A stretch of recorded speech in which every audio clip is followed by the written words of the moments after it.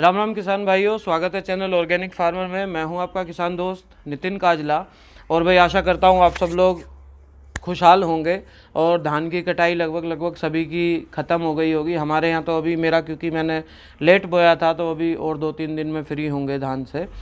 तो भाई कई सारे साथियों के मैसेज भी आ रखे हैं, कमेंट आ रखे हैं कि अब तो गेहूं की तैयारी पे बात कर लेते हैं। बिल्कुल कर लेते हैं। वो एक सरसों वाली बात करनी थी, वो पिछली वीडियो में आपसे हो गई। और कार्बन के ऊपर भी पिछली वीडियो में चर्चा करी है। जिन साथियों ने नहीं देखी है सरसों की और खेत का कार्बन का क्या रोल है खेती में, उसके ऊपर 2 वीडियो भी पीछे डाली है मैंने घर पे ही बैठ के इसी फ्रेम में, तो उनको भी आप लोग देख लेना। और जो साथी भाई नए जुड़े हैं वो चैनल को सब्सक्राइब कर लो। और वीडियो अगर अच्छी लगा करे तो उन्हें शेयर ज़रूर कर दिया करो, लाइक बेशक मत करो, शेयर कर दिया करो यार, ताकि दूसरे किसानों तक भी अच्छी चीज़ पहुंच पाए। मैं जो अपना समय निकाल के और ये थोड़ी मेहनत कर रहा हूँ, कोशिश कर रहा हूँ कि किसान साथी जैविक खेती की तरफ में उनकी रुचि आए और वे अपने कम से कम अपने परिवार के लिए अच्छा जहर मुक्त भोजन उगाएं। तो मेरा ये प्रयास सफल हो तो आप लोग वीडियोज़ को शेयर भी कर दिया करो भाई। तो आज बात करते हैं, चलिए गेहूं की तैयारी कैसे करनी है हमने। तो इसमें हम जो है ना 3 वीडियो बनाएंगे लगभग। आज की वीडियो बनाएंगे कि भाई हम खेत की तैयारी कैसे करें। फिर अगली एक वीडियो बनाएंगे कि बीज कौन सी वैरायटी, आजकल बहुत सारी वैरायटियों के आपके पास व्हाट्सएप मैसेज आते होंगे, फेसबुक पे पोस्ट मिलती होंगी, यूट्यूब पे भी आप वीडियो देख रहे हैं कि फला वैरायटी 40 कुंटल एकड़ की निकल रही है, कोई 30 कुंटल की, कोई 100 कुंटल प्रति हेक्टेयर की। तो इस तरह से बहुत सारी वैरायटियों की भी आपको ये वीडियोस वगैरह देखने को मिल रही होंगी। तो मेरे अनुसार मैं ऑर्गेनिक खेती में कौन सी वैरायटियों को प्रेफर करूंगा जैविक खेती में, वो मैं आपको अपनी राय दूंगा उसमें, बाकी तो आप अपनी मर्जी से करेंगे। तो आज बात करते हैं कि भाई खेत की तैयारी हमें कैसे करनी है। तो देखो, सबसे पहली बात तो यही है कि ये एक टाइम है, जैसे कि धान की, अगर आपका धान का खेत था या ज्वार का खेत था, चारे का खेत था, तो वो जो खाली हो गया, इस समय एक तो आप मिट्टी की जांच करा लो। हाँ, मिट्टी की जांच के ऊपर मैंने 1.5 साल पहले एक वीडियो डाली थी। तो अगर साथी लोग कहेंगे तो फिर से एक और वीडियो, फ्रेश वीडियो बना दूंगा आप लोगों के लिए आज के हालात के हिसाब से। तो एक तो सॉइल टेस्ट आप लोग अपनी करा लो, ये अच्छा समय है। एक बार गेहूं के बाद या गेहूं के पहले सॉइल टेस्ट कराना बेहतर माना जाता है। तो आप सॉइल टेस्ट करा लीजिए, आपको अपनी सॉइल का भी पता लग जाएगा कि भाई इसमें ऑर्गेनिक कार्बन कितना है। फिर जिन खेतों में ऑर्गेनिक कार्बन बहुत कम है तो अच्छी मात्रा में उसमें गोबर की खाद आपको डालनी पड़ेगी, क्योंकि गेहूं का उत्पादन लेना है। और गेहूं के ऊपर मैं आपको बताऊं साथियों कि गेहूं को फास्फोरस की काफ़ी ज़रूरत होती है। धान तो हमारा हो जाता है, बहुत कम लागत में धान हो जाता है, क्योंकि धान में मुख्य रूप से नाइट्रोजन की ज़रूरत होती है। और नाइट्रोजन हमारे एटमॉस्फेयर में, वातावरण में 78% करीब नाइट्रोजन है। तो जो हम जो बैक्टीरिया यूज़ करते हैं, चाहे वो एजोटोबैक्टर है, चाहे एजोलोस्पिरम है, वो, या फिर हम जीवामृत में जैसे ये बैक्टीरिया देते हैं, तो इन सब से वो हवा की नाइट्रोजन पकड़ के धान की नाइट्रोजन पूर्ति हमेशा करते रहते हैं। तो धान का उत्पादन अच्छा आ जाता है। लेकिन गेहूं का उत्पादन लेना एक बड़ा चैलेंज होता है जैविक खेती में। अच्छा उत्पादन, जो नॉर्मल उत्पादन आ रहा उसके 80% भी पहुंचना एक चैलेंज है। तो उसके लिए भाई अच्छे से आप तैयारी करो। कुछ साथी गन्ना काट के भी गेहूं बोएंगे, उनकी भी तैयारी के ऊपर मैं बात करूंगा। अभी मैं बात करता हूं जो खेत अभी खाली हो गए, चाहे वो धान के हैं, चाहे वो ज्वार वगैरह के हैं, चारे के हैं। अच्छा, तो देखो, सबसे पहले अपनी सॉइल टेस्ट करा लो। दूसरी बात क्या है, इन खेतों का, एक तो आपको इसमें भरपूर गोबर की खाद डालनी है, नंबर 1। नंबर 2, इनकी सॉइल आपको ट्रीट भी ज़रूर करनी है। सॉइल ट्रीट कैसे करोगे?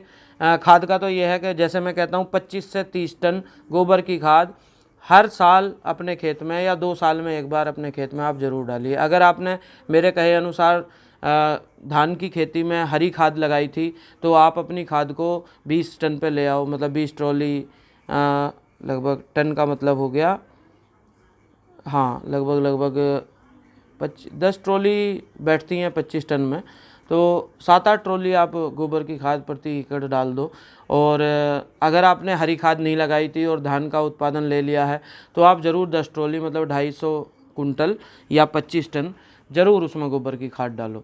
दूसरा, आप सॉइल टेस्टिंग कराओ। इसकी सॉइल टेस्टिंग कराने के लिए आपको मैंने बता दिया कैसे आपने सैम्पलिंग करनी है, क्या करना है। फिर अब इसका जो रिपोर्ट आने से पहले ही आप इसमें जो है अपना रिपोर्ट का, हमारा मकसद है सिर्फ कार्बन की हमें पता करना कि जैविक कार्बन हमारे खेत में कितना है, कितनी हमें इस खेत में मेहनत करने की ज़रूरत है। तो अब आप सॉइल ट्रीटमेंट आपको करना है। सॉइल ट्रीटमेंट के लिए भाई ट्राइकोडर्मा ले लो 2 किलो या 2 लीटर, और आप ले लो इसमें सूडोमोनास फ्लोरेंसिस 2 किलो या 2 लीटर। इन दोनों को आप अलग अलग 200-200 किलो गोबर में अलग से मिला के रख दो 10-15 दिन के लिए। उसकी मिक्सिंग करते रहो, सूखे में मतलब धूप में मत रखना, इसको छाया में रखना, और उस छाया में भी हो सके तो गीली जूट की बोरी से ढक के इसको रखना, और चौथे पाँचवें दिन इसकी मिक्सिंग करते रहो। ये तैयार हो जाएगा। इसको फिर आपको जब आप आखिरी जुताई खेत की गेहूँ की तैयारी की कर रहे होंगे उस समय आपको इसको खेत में मिलाना है। बखेर दीजिए, और बखेरने के बाद टिलर, हैरो या रोटावेटर जो भी आप फाइनल जुताई कर रहे हो उससे इसकी जुताई कर दीजिए। फिर आप अपने गेहूं की बुआई की तैयारी कर लीजिए। तो जो सॉइल ट्रीटमेंट है वो बहुत ज़रूरी है, क्योंकि आपने देखा होगा कि धान के खेत में हम हमेशा बहुत सारा पानी भर के रखते हैं, तो उस पानी की वजह से खेत में बहुत ज़्यादा नमी रहने की वजह से कुछ हानिकारक फंगस ग्रो हो जाती है, तो वो आगे हमारी फसलों को नुकसान ना करे उसके लिए उनको सॉइल ट्रीटमेंट, हम ट्राइकोडर्मा जो है वो जितनी भी हानिकारक फफूंद हैं उनको मारेगा, और सूडोमोनास जो है वो हमारी आने वाली फसल को इम्यूनिटी देगा ताकि वो किसी रोग से लड़ सके। जैसे कि पीला रतवा रोग गेहूं में आ जाता है या कंडवा रोग आ जाता है, उन रोगों से लड़ सके। हम इन रोगों की अलग से रोकथाम के ऊपर भी एक वीडियो बनाएंगे, लेकिन ये एक मोटी मोटी बात मैं कर रहा हूँ कि सॉइल ट्रीटमेंट हमें क्यों ज़रूरी है। सॉइल ट्रीटमेंट आपने कर लिया, आपने खेत तैयार कर लिया, अब आप सीड आपने जो भी लिया, जो हम अगली वीडियोज़ में तय करेंगे, जो भी बीज आपने लिया उस बीज का आपको बीज शोधन भी करना ज़रूरी है। सीड ट्रीटमेंट आप कैसे करेंगे? अगर आपने ट्राइकोडर्मा सूडोमोनास ज़मीन में मिला दिया है तो आपको ट्राइकोड सूडो से बीज का शोधन करने की ज़रूरत नहीं है। आप सिंपल या तो पंचगव्य से बीज का शोधन कर सकते हो या बीजामृत से बीज का शोधन कर सकते हो। पंचगव्य की जिन्हें जानकारी चाहिए, मेरी वीडियो पड़ी हुई है, आप ढूंढ के देख लो भाई उसको। अगर बीजामृत से करना है तो बीजामृत में आप इतना बना लो जितना कि आपका बीज पूरा डूब जाए, और डूब जाने के बाद उसे पूरी रात बीज को आप उसमें पड़ा रहने दो, फिर उसको आप सुबह को निकाल लो और दिन भर उसे छाया में सूखने दो, शाम को उसकी बुआई आप कर दो। इस तरह से आप बीजामृत से कर सकते हो। पंचगव्य से अगर आप कर रहे हो तो शुद्ध पंचगव्य को आप लगभग इतना ले लो कि आपके जो वो हैं दाने हैं उन पर अच्छे से कोटिंग उसकी हो जाए। तो पंचगव्य, उसमें पानी नहीं मिलाना पंचगव्य में, शुद्ध पंचगव्य का इसमें आप लेपन कर दो। लेपन करने के बाद आप इसको छाया में सुखा दो और आराम से ब्रॉडकास्ट करके या मशीन में डाल के आप इसकी बुआई कर सकते हो। ठीक भाई, तो ये मेन चीज़ें आज के मुझे ज़रूरी लगा कि ये वीडियो आप लोगों के पास आनी चाहिए। कई सारे साथियों की रिक्वेस्ट भी आ रही थी कि गेहूं के खेत तैयार कैसे करना है, वो मैंने कोशिश करी आज आपको बताने के लिए। इसके ऊपर आपके अगर जो भी सवाल हैं तो आप मुझसे पूछ लिया करें कमेंट में, मैं कोशिश करूँगा आपको जल्दी से जल्दी उसका जवाब मिल जाए। और भाई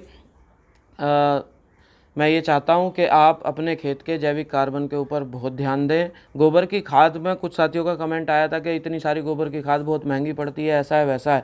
देखो भाई, तेल तो तिलों में से ही निकलेगा, तो गोबर की खाद ज़रूर डालिए। ये आपकी फसल को पोषण भी देगी, साथ ही साथ ये आपका कार्बन भी बढ़ाएगी। तो भाई वीडियो अगर अच्छी लगी है तो वीडियो को लाइक कर देना, शेयर ज़रूर करना ताकि दूसरे किसान भाई इसकी, आप लोग शेयर करने में कंफ्यूज ना हो। शेयर आप कर सकते हैं आपके फेसबुक पे, आपकी व्हाट्सएप ग्रुप में, सभी ग्रुपों में आप शेयर कर सकते हैं, फेसबुक ग्रुपों में आप शेयर कर सकते हैं। और भाई चैनल को सब्सक्राइब करके रखो। जो भी साथी नई नई वीडियो इसकी देखना चाहते हैं कि वीडियो आते ही हमें नोटिफिकेशन आ जाए, जानकारी मिल जाए। तो ठीक है भाइयों, फिर मिलता हूँ मैं अगली वीडियो में। तब तक के लिए धन्यवाद, नमस्कार।